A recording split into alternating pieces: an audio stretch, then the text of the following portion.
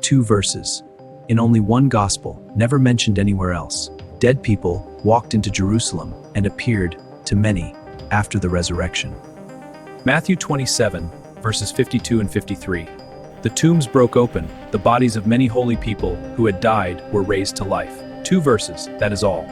These verses sit inside the most documented event in ancient history, the Crucifixion.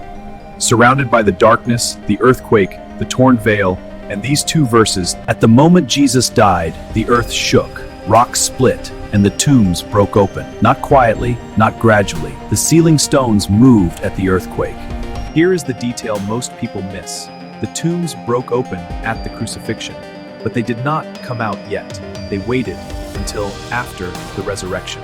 Sunday morning, Jesus rose from the dead. And after his resurrection, Matthew says, they came out of the tombs and went into Jerusalem. They walked into the holy city, Jerusalem, and appeared to many people, not 1 or 2, many, the resurrected walking among the living. Matthew calls them many holy people. Not ordinary dead, holy people who had died. 2,000 years of scholars have wrestled with these 2 verses. Were they literally raised bodily?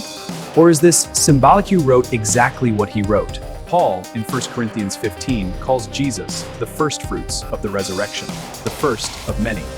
These holy people may have been the first harvest following him. Mark does not mention them, Luke does not mention them, John does not mention them, only Matthew. The same gospel written for a Jewish audience who knew their prophets. Ezekiel 37, the valley of dry bones. I will open your graves and bring you up from them. Matthew 27 may be the fulfillment arriving. Matthew does not record what they said, who they appeared to, how long they stayed, where they went after. He simply records that it happened. To many, the early church knew about this. Ignatius of Antioch, writing 107 AD, referenced the saints rising with Christ. This was not a forgotten footnote. It was proclaimed.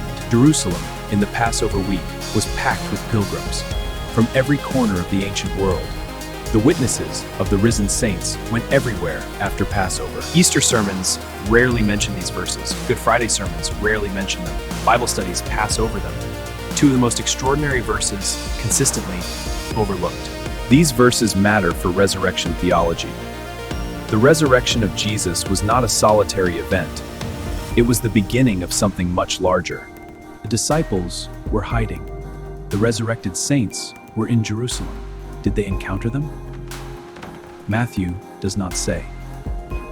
Matthew does not tell us where they went, how long they stayed, whether they died again, whether they were taken like Enoch. The record simply ends. Paul says in 1 Corinthians 15, if Christ is not raised, your faith is futile, but Christ is raised, and these 2 verses are part of that evidence. Good Friday was not just a death. It was the opening of tombs, the tearing of the veil, the darkening of the sun, and the beginning of resurrection for many. These 2 verses raise a question that every reader must answer. If the dead can walk into Jerusalem after the resurrection of Jesus, what does that mean for you? 2 verses, no names, no details, no follow-up, just many holy people raised, walking into Jerusalem, appearing to many. It happened. It happened.